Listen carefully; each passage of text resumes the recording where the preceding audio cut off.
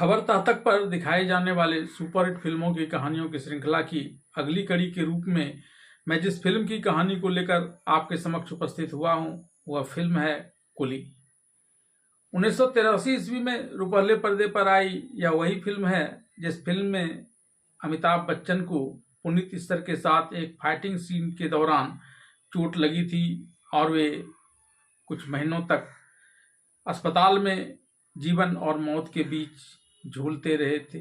लेकिन जब वे स्वस्थ हुए और उसके बाद इस फिल्म का निर्माण हुआ तो यह फिल्म 1983 की सबसे ज़्यादा कमाई करने वाली फिल्म थी।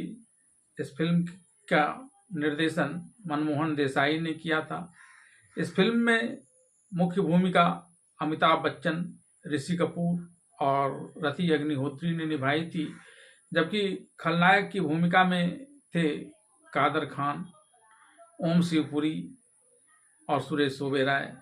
वहीं वहीदा रहमान, सत्यन कप्पू, रोमा आनंद आदि कलाकारों ने सहायक कलाकार की भूमिका निभाई थी।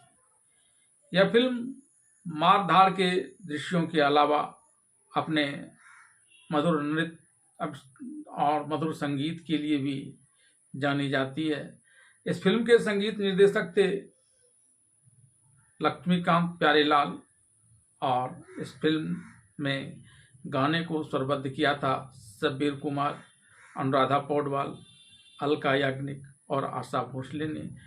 आइए इस श्रुति मधुर गानों में से कुछ गानों की प्रथम कुछ पंक्तियों को मैं आपके आनंद के लिए गुनगुनाता हूँ। मुझे पीने का शौक नहीं, पीता हूँ गम भुलाने को,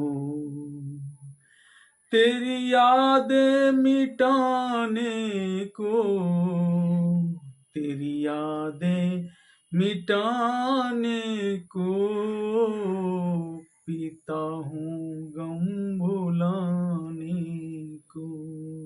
जवानी की रेल कहीं छूट न जाए, जवानी की रेल कहीं छूट न जाए, मोहब्बत में भी कहीं लूट न जाए, कोई लुटेरा टिकट तेरा मेरा चुरा के हम दोनों को ठेल न जाए, मोहब्बत के खेल में भी लूट न जाए, जवानी की रेल कहीं छूट न जाए।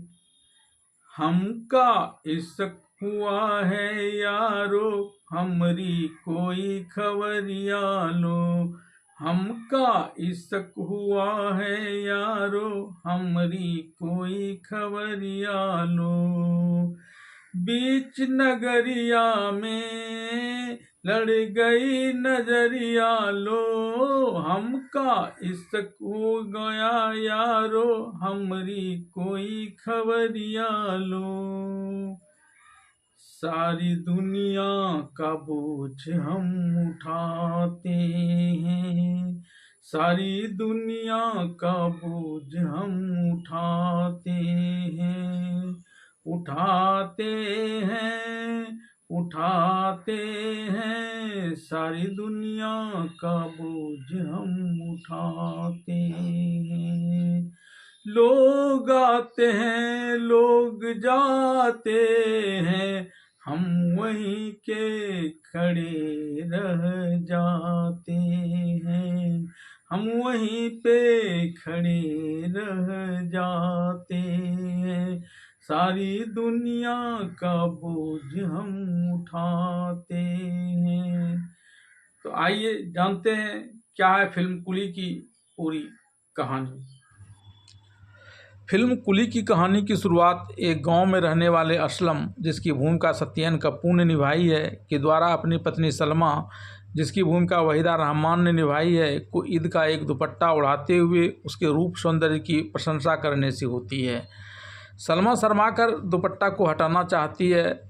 उसका बेटा इकबाल, जिसकी बड़े होने पर भूमिका अमिताभ बच्चन ने निभाई है, उसे ऐसे ही दुपट्टा पहने रहने के लिए कहता है तभी उसका मामा वहाँ आता है। वह अपनी पत्नी को घर छोड़कर मुंबई कुली का काम करने की बात का वहाँ से चला जाता है।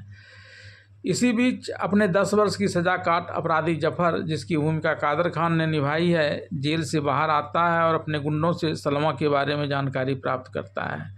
उसके गुंडे उसे बताते हैं कि सलमा की शादी असलम के संग हो गई है। इस पर वह गुस्सा करते हुए सलमा के पिता के घर जाकर उसे सलमा से कहकर असलम को तलाक दिलवाकर अपने साथ शादी करने की बात करता है।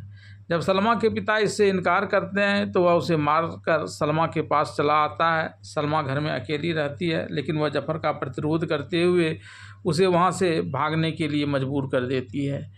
जफ़र जब अपने हेलीकॉप्टर से वहां से वापस आता है और सलमा को जबरन प्राप्त करने के तरीके पर विचार कर रहा होता है, तभी उसे असलम डैम में काम करते हुए दिखाई पड़ जाता है। तब वह हेलीकॉप्टर को वहीं उतारकर डैम का गेट खोल देता है, जिससे असलम पानी की तेज़ धार में बह जाता है। उसका बेटा इकबाल पापा पापा चिल्लाते रहता है, लेकिन असलम पानी में बह जाता है। तब जफ़र डैम के सारे गेट को खोलकर गांव में बाढ़ ला देता है। इसमें सलमा का बेटा इकबाल भी सलमा के संग बह जाता है। पूरे गांव में तबाही का मंजर रहता है। तभी जफ़र पानी में बहते सलमा को हेलीकॉप्टर से उठाकर, जो इसमें अपना याददाश्त खो चुकी होती है, अपने संग पत्नी के रूप में रखता है। इस त्रासदी में यतीम हो गया इकबाल अल्लाह से इस बारे में शिकायत करता है। तब तक उसका मामा वहां आ जाता है और इकबाल को इस बाड़ी में अपने पत्नी और बेटा सनी, जिसकी भूमिका बड़ा होने पर ऋषि कपूर ने निभाई है, कि बह जाने की बात करते हुए उसे भी अपने संग बम्बई ले जाकर कुली का काम करवाता है। एक दिन ओमपुरी, जिसकी भूमिका ओम शिवपुरी ने निभाई है, और विकी पुरी, जिसकी भूमिका सुरेश ओबेरॉय ने निभाई है, बम्बई स्टेशन में एक बूढ़े कुली को अपना सामान देकर उसके साथ साथ चलता है। जब उस बूढ़े कुली के द्वारा उस बोझ का भार वहन नहीं हो पाता है और उससे वह सामान गिर जाता है, जो उसके कुत्ते पर पड़ जाता है, जिससे उसके कुत्ते को थोड़ी चोट लग जाती है। इससे गुस्सा कर विक्की उसे कई घूंसे जमा देता है। इकबाल का मामा जब उस बूढ़े को इस प्रकार विक्की के द्वारा पीटे जाने पर मुंह से खून बहते हुए देखता है, तो वह विक्की से इसे लेकर सवाल करता है। तब विक्की उसे भी पीटना शुरू कर देता है। तभी इकबाल अल्लाह रखा, जो उसका पालतू बाज है, के द्वारा सारी बातें जानकर वहां आ जाता है और विक्की की जमकर पिटाई करता है। तब ओमपुरी अपने रसूख का प्रयोग करते हुए वहां पुलिस बुलाकर इकबाल को गिरफ्तार करवा देता है। तब सारे कुली हड़ताल पर चला जाता है और आक्रोशित होकर रेल की पटरी पर बैठकर रेल का परिचालन ठप कर देता है। इसे देख जब मंत्री जी वहां आते हैं और कुलियों से बात करते हैं, तो कुली उन सारे बातों की जानकारी मंत्री जी को दे देता है कि किस तरह से ओमपुरी और उसके बेटे विक्की ने यहाँ पर कुली के साथ ज़्यादती की। इस पर मंत्री ओमपुरी से इकबाल से माफ़ी मांगने की बात करते हैं, लेकिन माफ़ी मांगने की जगह ओमपुरी इस्तीफ़ा देकर वहाँ से चला जाता है। कुली हड़ताल की इस सफलता पर खूब जश्न मना रहे होते हैं। इकबाल भी इसमें जमकर हिस्सा लेता है। इसी बीच एक कुली को सामान देकर पीछे पीछे ट्रेन में बैठने के लिए आ रही जूली डी कोस्टा, जिसकी भूमिका रति अग्निहोत्री ने निभाई है, उसके चेहरे और कपड़े पर इकबाल द्वारा उड़ाया गया गुलाल पड़ जाता है, जिससे वह काफ़ी क्रोधित होती है। लेकिन इकबाल उसे यह कहकर हंसाने का प्रयास करता है कि इस अबीर से कपड़े भले ही ख़राब हो गए हों, लेकिन आपका चेहरा बहुत निखर गया है। लेकिन इकबाल के इस बात से जूली डी कोस्टा और गुस्सा हो जाती है और खपा होकर ट्रेन में बैठ जाती है। इधर इकबाल के मन में उसके प्रति प्रेम के अंकुर फूटने लगते हैं।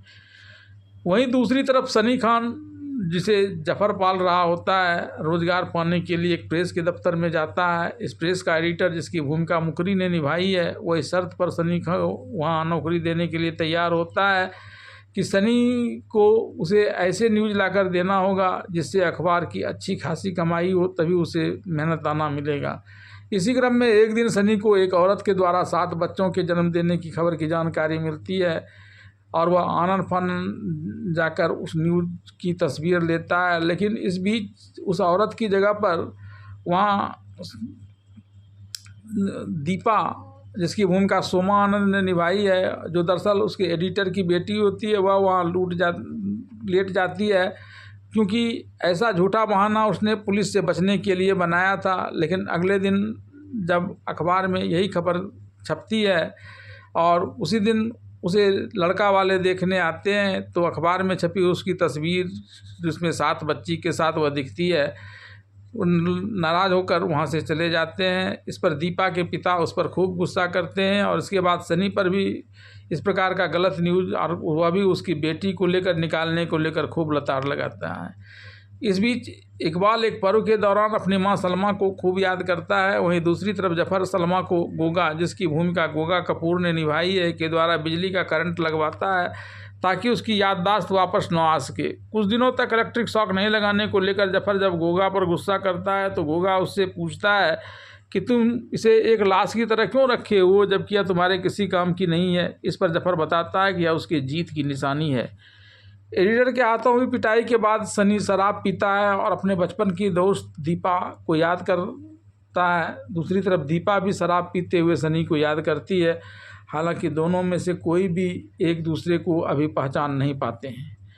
सनी जब एक दिन समुद्र के किनारे एक चट्टान के पीछे खड़ा होकर समुद्र की खूबसूरती निहार रहा होता है, तभी पुलिस से बचने के लिए भागती हुई दीपा वहां आ जाती है।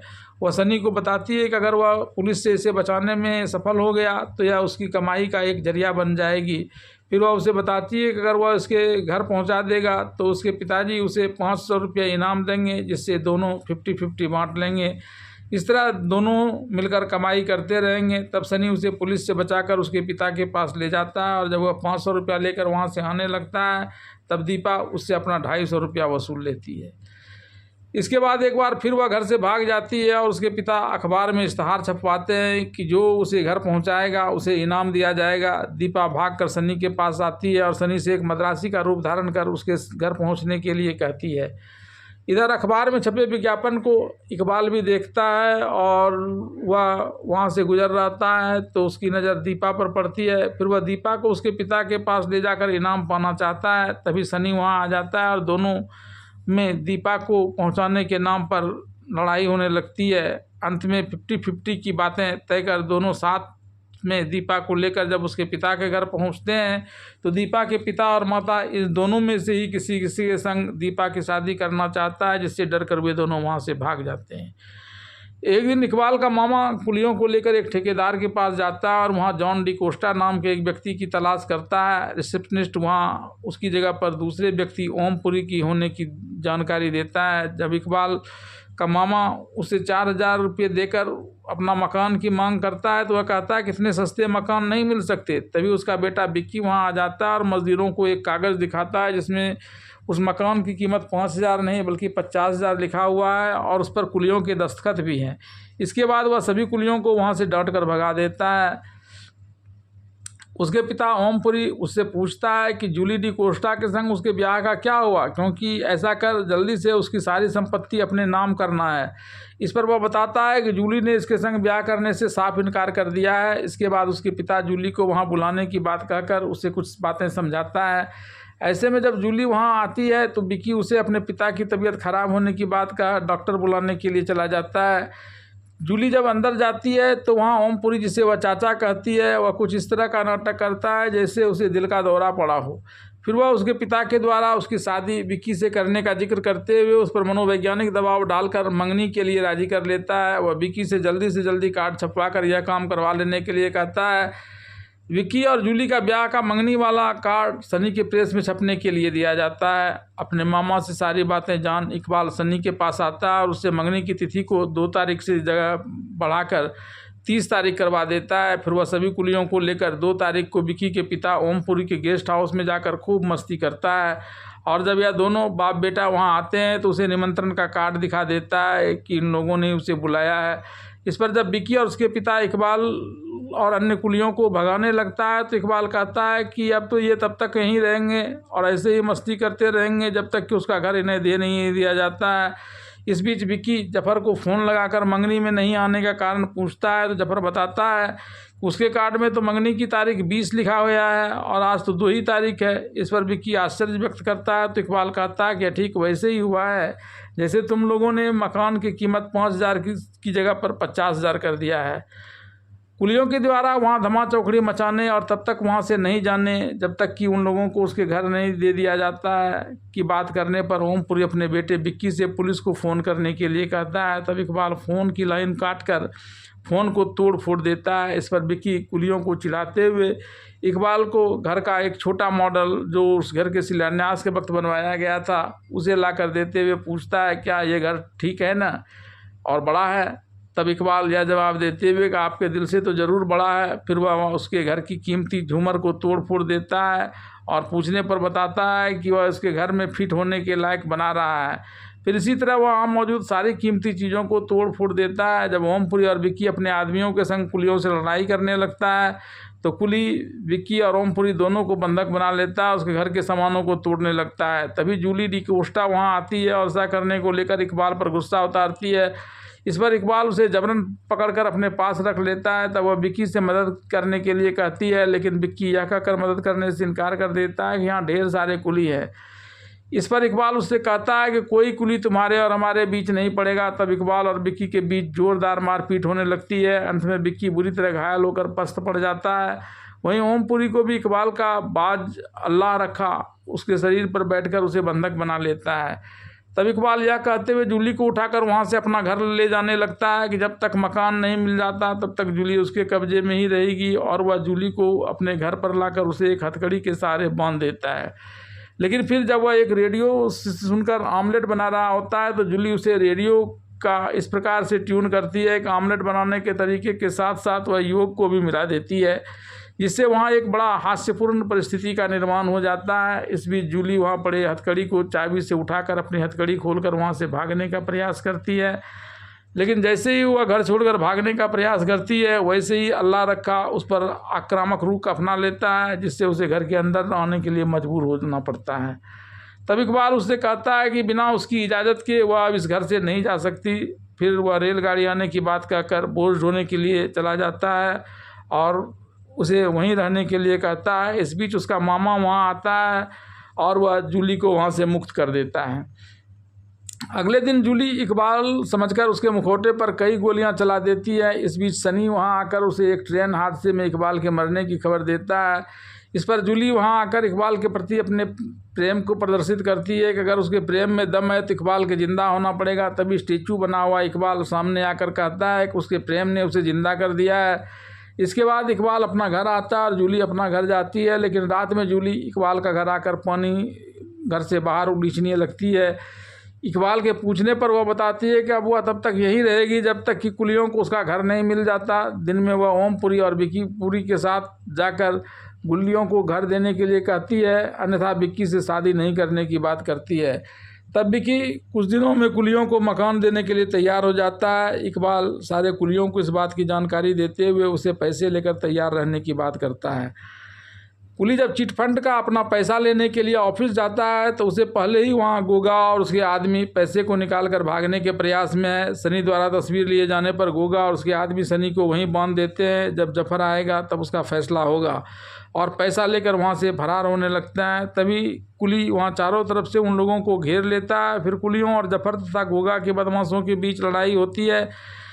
यह वही लड़ाई है जिस लड़ाई में अमिताभ बच्चन को चोट लगी थी, जिसमें उनकी जान जाते जाते बची थी। पुलिस लड़ाई के बाद अपराधियों से अपना पैसा छीनने में सफल हो जाते हैं। इस बीच गोगा जफर के बेटे सनी पर गोली चलाता है, लेकिन वह गोली सनी के पास रहने वाले बक्से में लगता है, जिससे उसकी जान बच जाती है। तब सनी इकबाल से कहता है कि देखो, पिता के गुंडे ने मुझे मारना चाहा और मेरी माँ ने मुझे बचा लिया। बातचीत के इसी क्रम में जब इकबाल सनी की माँ की तस्वीर देखता है तो उसे वह अपना माँ बताता है और फिर अपनी सारी कहानी सनी को सुना देता है। तब सनी उसे अपना भाई बताते हुए माँ का पता बता देता है। इकबाल घर जाकर अपनी माँ को लेकर वहाँ से आना चाहता है, लेकिन वहाँ पुलिस के वेश में जफर के गुंडे उस पर आक्रमण कर देते हैं। इससे इकबाल घायल हो जाता है। तभी पुलिस के सायरन की आवाज़ सुन जफर के आदमी उसे छोड़कर भाग जाते हैं। इस बीच सनी वहाँ आकर अपने पिता जफर को बताता है कि उसे इसके काले धंधे की सारी जानकारी मिल चुकी है और उसका सबका फ़ोटो ले लिया है। अगर उसने कुलियों के पैसे नहीं लौटाए और उसके मकान नहीं दिलवाए तो ये सारे के सारे जेल में होंगे। इस पर जफर उसे कुलियों के पैसे के रूप में चेक देता है, जिसे लेकर जब वह वापस इकबाल और उसका कुली के पास जा रहा होता है तभी जफर गोगा को सनी को मार देने के लिए फ़ोन कर देता है। तब गोगा सनी की कार में टाइम बम लगाकर उसे उड़ा देता है, लेकिन सौभाग्य से सनी काफ़ी जख्मी हालत में बच जाता है, जिसका इलाज अस्पताल में हो रहा है। जफर इसकी मां सलमा को यहाँ से हटाने के लिए एक दरगाह पर ले जाने की बात करता है और उसे झूठे कहता है कि इससे सनी की जान बच जाएगी। जफर द्वारा इस प्रकार सलमा को दरगाह शरीक पर ले जाने की बात करने पर गोगा कहता है कि आज 14 साल पूरा हो रहा है और असलम जेल से निकलेगा, और ठीक उसके सामने जहाँ दरगाह शरीफ है वह पहले वहीं जाएगा, और ऐसे में वहाँ सलमा और असलम की मुलाकात होने पर बात बिगड़ सकती है। तब जफर कहता है कि इससे पहले कि असलम जेल से निकलकर दरगाह पर आकर सलमा से मुलाकात करे, उसे बीच में ही मार दिया जाएगा। लेकिन जब असलम जेल से बाहर आता है और उसकी जान लेने के लिए गोगा जेल के ठीक सामने की पानी टंकी पर चढ़कर असलम को निशाने पर लेता है, तभी अल्लाह रखा उस पर आक्रमण कर उसे टंकी से गिरा देता है, जिससे उसकी जान चली जाती है और असलम सब बच जाता है। इसके बाद असलम अपने मालिक जॉन डी सिल्वा की कब्र पर जाता है। वहाँ जॉन डी सिल्वा की बेटी जूली हाथ में पिस्तौल लिए असलम के आने का इंतज़ार करती है और देखते उस पर गोली मारने के लिए उद्यत हो जाती है। तब असलम कहता है कि इसकी जान ही लेना चाहती है तो पहले इसे इबादत कर लेने दे। इस बीच जूली अपने रिवॉल्वर में सिर्फ एक गोली डालती है और 5 खाने खाली छोड़कर उसे घुमा देती है। फिर एक एक कर वह 5 बार असलम को निशाना लगाकर फायर करती है, लेकिन जब 5 बार असलम बच जाता है तब वह कहती है कि आप सही कह रहे हैं, आप मेरे पिता के हत्यारे नहीं हैं। फिर जूली असलम से पूछती है कि आप नहीं तब मेरे पिता का हत्यारा कौन है। इस पर असलम बतलाता है कि बाढ़ में बहने के बाद उसके पिता ने न सिर्फ इसे डूबकर मरने से बचाया बल्कि इसे अपने यहाँ नौकरी भी दी थी। एक दिन उसने अपने कामगारों को 6 महीने का बोनस दिया था, लेकिन उसके पार्टनर जफर ने कामगारों को 1 ही महीने का बोनस दिया। यह बात जब उसके पिता जॉन डी सिल्वा तक पहुंची तो उसने अपने पार्टनर जफर को बुलाकर ऐसा करने को लेकर धिक्कारा। इस पर खपा होकर जफर ने उसकी जान ले ली और उस रिवॉल्वर को मेरी तरफ फेंक दिया।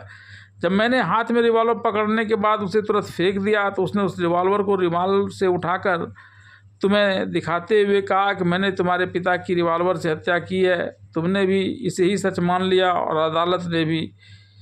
तब अदालत से मुझे 14 साल की उम्र कैद की सज़ा हो गई और मैं 14 साल के बाद आज रिहा हुआ तो अपने मालिक के पास यहाँ आया हूँ ताकि सारी स्थिति उन्हें बता सकूँ। तब जूली जफर से बदला लेने की बात सोचते हुए वहाँ से चली आती है। इस बीच जफर को चुनाव लड़ने का भूत सवार हो जाता है और वो अपने पार्टनर ओमपुरी के पास जाकर चुनाव की तैयारी करने के लिए कहता है। इसी क्रम में वह ओमपुरी को कुलियों के वोट के लिए उसके मकान का मालिकाना हक उसे देने के लिए कहता है। कुलियों को मालिकाना हक देने के वक्त जूली भी विकी के साथ रहती है। कुलियों को मकान देने के बाद विकी शर्त के मुताबिक जूली से शादी करने की बात करता है। इस पर जूली शादी करने की बात तो करती है, लेकिन उसके संग नहीं बल्कि इकबाल के संग। तब विकी गुस्सा कर अपने पिता के पास आता है जहाँ इस समय जफर भी मौजूद है। जफर विकी को बताता है कि इस मामले में मेरी राह पर चलो, या तो उसे जबरन अपने पास रख लो और नहीं तो उसे रास्ते से ही हटा दो। तब विकी कहता है कि वह उसे नहीं बल्कि इकबाल को ही रास्ते से हटा देगा। मकान मिलने की खुशी में कुली अपने उस नए मोहल्ले में खुशियाँ मना रहा है। इकबाल और अन्य सारे कुली नाच गा रहे हैं। तभी विकी सामने की एक पानी की टंकी पर चढ़कर अपनी बंदूक से इकबाल पर निशाना लगाकर गोली चला देता है। लेकिन इससे पहले कि गोली इकबाल को लगे, उसकी मां सलमा जो इस बात की जानकारी मिलने पर इकबाल को बचाने के लिए वहां आ रही होती है, बीच में आ जाती है और गोली उसे ही लग जाती है। तब सनी और इकबाल उसे लेकर एक अस्पताल में जाते हैं। सलमा की हालत नाजुक है। इस बीच सनी शराब पीने से भी तौबा करता है कि अगर उसकी माँ बच गई तो वह आगे शराब नहीं पिएगा। उधर इकबाल हज पर जाने की सोचता है ताकि वह मदीना में जाकर अपनी माँ की ज़िंदगी के लिए प्रार्थना कर सके। सारी तैयारी कर जब वह जांच की प्रक्रिया से गुजर रहा होता है तभी उसे बुखार आ जाता है। दोनों देशों के कानून के अनुसार उसे तब तक हज पर जाने की अनुमति नहीं मिल सकती जब तक कि उसका बुखार ठीक नहीं हो जाता। तब वह हज कमेटी वाले से यह अनुनय करता है कि उसे किसी प्रकार से हज के लिए जाने दे, क्योंकि अब अंतिम जहाज खुलने वाली है और वह वहाँ जाकर अपनी माँ की सलामती के लिए दुआ कर सके। तब हज कमेटी वाला उसे असलम के पास ले जाता है और बताता है कि यह कई दिनों से यहाँ पड़ा हुआ है, हज पर जाने के लिए पैसे का जुगाड़ कर रहा है। अब आखिरी जहाज जाने का वक्त हो गया, लेकिन इसके पास पैसे नहीं हैं। यह हज पर जा सकता है, तुम्हारे पास पैसे हैं लेकिन तुम जा नहीं सकते। तब हज कमेटी वाले के कहने पर इकबाल पैसे देकर असलम को ही हज पर भेज देता है। उसे अपनी माँ की सलामती के लिए दुआ करने की बात करता है। इकबाल वहाँ से लौटकर वापस अस्पताल आता है तो सनी उसे बताता है कि माँ को होश आ रहा है। इस बीच सनी की तबीयत खराब होने लगती है। डॉक्टर जफर को बताता है कि सनी के दोनों गुर्दे खराब हो गए हैं। ऐसे में पिता होने के नाते अगर वह एक गुर्दा सनी को दे दे तो उसका बेटा सनी की ज़िंदगी बच सकती है। इस पर जफर कहता है कि वह मेरा अपना बेटा नहीं है, बल्कि इसे तो उसने एक डॉक्टर के कहने पर अनाथालय से लाकर सलमा की गोद में डाल दिया था। सनी इन सारी बातों को सुन लेता है और वहाँ से भाग जाता है। वहाँ से भागकर जब वो अपने गम को भुलाने के लिए शराब पर शराब पिए जा रहा है, तभी इकबाल वहाँ आ जाता है और सनी को भाई कहते हुए शराब पीने से मना करता है। इस पर सनी कहता है उसका खुद का तो अपना कोई ठिकाना नहीं है, फिर कौन उसका भाई? कोई उसका भाई नहीं है। और ऐसा करते करते वह बेहोश हो जाता है। तब इकबाल उसे लेकर अपने मामा के पास आता है और टैक्सी करने के लिए कहता है। इस टैक्सी में जब उसका मामा सनी के पैर में एक निशानी देखता है तो कहता है कि अरे यह तो उसका बेटा सनी है जो वर्षों पूर्व बाढ़ में खो गया था। मामा के द्वारा किडनी देने के बाद सनी का किडनी ट्रांसप्लांट होता है और उसके बाद वह ठीक होकर जब मामा यानी अपने पिता के पास आता है तो उसे अब घर में बैठने के लिए कहता है, उसकी जगह खुद काम करने की बात करता है। इस पर उसके पिता कहते हैं कि तुम रिपोर्टर बनो, यही मेरी इच्छा है। तब सनी स्टेशन पर आता है और कुलियों के बीच मौजूद इकबाल का फ़ोटो खींचता है। इकबाल के पूछने पर कि वह फ़ोटो क्यों खींच रहा है, वह कहता है कि उसे जफर के विरुद्ध चुनाव में खड़ा होना है। हालांकि इकबाल पहले इससे इनकार करता है, लेकिन सनी और कुलियों के जोर देने पर वह आखिरकार चुनाव के लिए तैयार हो जाता है। जफर और इकबाल दोनों अपने अपने तरीके से चुनाव प्रचार में लग जाते हैं। जफर के आदमी जहां उस चुनाव प्रचार के साथ साथ पैसे भी बांट रहे हैं, वहीं इकबाल और उसके साथी इकबाल को अपना हमदर्द बताते हुए जिताने की अपील कर रहे हैं। इस क्रम में जब जफर एक जगह चुनावी भाषण दे रहा होता है, तभी असलम जो हज करने के लिए बाद वापस लौटा है, उसकी नज़र जफर पर पड़ती है और वह भाषण दे रहे जफर के पास जाकर उसकी पोल खोलने का प्रयास करता है। तभी जफर दिखावे के लिए उसका सम्मान करते हुए उसे वहाँ से थोड़ी दूर लाकर कहता है कि उसके बेटे और उसकी पत्नी को उसने सुरक्षित रखा है और वह उससे मिला देगा। तब वह अनवर को अपने साथ ले जाकर उसे भी बंधक बना लेता है और वहाँ से लौट कर जफर को जब जूली देखती है तो अपने पिता की हत्या का बदला लेने के लिए वह मोटरसाइकिल से उसका पीछा करती है और आगे बढ़कर उसकी कार पर दनादन कई गोलियां चला देती है, जिससे उस कार में आग लग जाती है। लेकिन जफर कुछ चोट लगने के बाद वहाँ से भागने में सफल हो जाता है। इस बीच पुलिस जूली को पकड़कर जेल में डाल देती है। सनी वहाँ चुनाव का लेकर एक कार्यक्रम आयोजित करता है जिसमें जनता के सामने जफर और इकबाल दोनों की तरफ से दावे प्रस्तुत किए जाते हैं। इकबाल की तरफ से मोर्चा खुद इकबाल ने संभाला है तो जफर की तरफ से मोर्चा ओमपुरी और उसके बेटे विक्की ने संभाला है। विक्की के सारे सवालों को इकबाल अपने जवाब से औचित्यहीन करार देता है। तब तक जफर वहाँ आ जाता है और दिखावे के लिए इकबाल को माला पहनाकर सम्मानित करते हुए उसे यह कहता है तुम्हारे पिता अनवर जिंदा हैं और हमारे कब्जे में हैं, तुम चुनाव में अपना नामांकन वापस ले लो, नहीं तो उसे गोली मार दी जाएगी। तब इकबाल यह कहते हुए अपना नाम वापस लेने की घोषणा करता है कि उसके सामने कुछ ऐसी स्थिति उत्पन्न हो गई जिसके कारण उसके लिए अब यह चुनाव लड़ना संभव नहीं रहा। साथ ही वह लोगों से इसके लिए माफ़ी भी मांगता है। इकबाल के नामांकन वापसी पर वहां से जाने के बाद मंच पर सनी एक नकाबपोश महिला को लेकर आता है और उपस्थित लोगों से कहता है कि इकबाल ने नाम वापसी क्यों ली, इसका राज यह महिला अभी खोलेगी, क्योंकि जफर ने इसके परिवार को पूरी तरह से बर्बाद कर दिया है। तब वह महिला अपने चेहरे पर से नकाब हटाती है तो वह इकबाल की माँ और अनवर की पत्नी सलमा निकलती है। सलमा बताती है किस प्रकार से जफर ने उसे अगवा कर लिया था और उसे बार बार इलेक्ट्रिक शॉक दिलवाकर उसकी याददाश्त को ख़राब कर दिया था। तब जफर इसे गलत बताते हुए उसके परिवार को सही सलामत रखने की बात करता है। जब सलमा इस बात का विरोध करती है तो जफर कहता है कि उसके भलाई का बदला भी सलमा और उसके परिवार वालों ने बुराई से दिया है। आज इकबाल की मासूका जूली ने गोली चलाकर मेरी जान लेने का प्रयास किया। लोगों को अगर विश्वास नहीं हो तो वे जाकर जेल में देख लें। इसके बाद जनता में आक्रोश होने लगा। लोग दो ध्रुवों में बंटने लगे, जिसे देखकर ओमपुरी और विक्कीपुरी वहाँ से निकल जाते हैं। जनता को आक्रोशित होते देख जफर रिवॉल्वर लेकर लोगों को डराते हुए वहाँ से सलमा को भी जबरन अपने साथ लेते हुए भाग जाता है। तब इकबाल उसका पीछा करते हुए हाजी अली के दरगाह पर पहुँच जाता है। रास्ते में भागने के दौरान दोनों गुटों के बीच होने वाले मुठभेड़ में ओम शिवपुरी और उसका बेटा विक्की मारा जाता है। हाजी अली के दरगाह में पहुँचते ही सलमा दरगाह में मन्नत मांगने लगती है इधर इकबाल जफ़र को सबक सिखाने के लिए उसकी तरफ बढ़ता है, लेकिन जफ़र अपने पिस्तौल से 3 गोलियां चलाकर उसे घायल कर देता है। लेकिन घायलावस्था में भी इकबाल जफ़र का पीछा करना नहीं छोड़ता, और जब वह बुर्ज के सबसे अंतिम सिरा पर पहुंच जाता है तो लड़ाई के दौरान वहीं से जफ़र नीचे गिरकर मर जाता है। सलमा अपने बेटा इकबाल की ज़िंदगी के लिए हाजी अली से प्रार्थना करती है।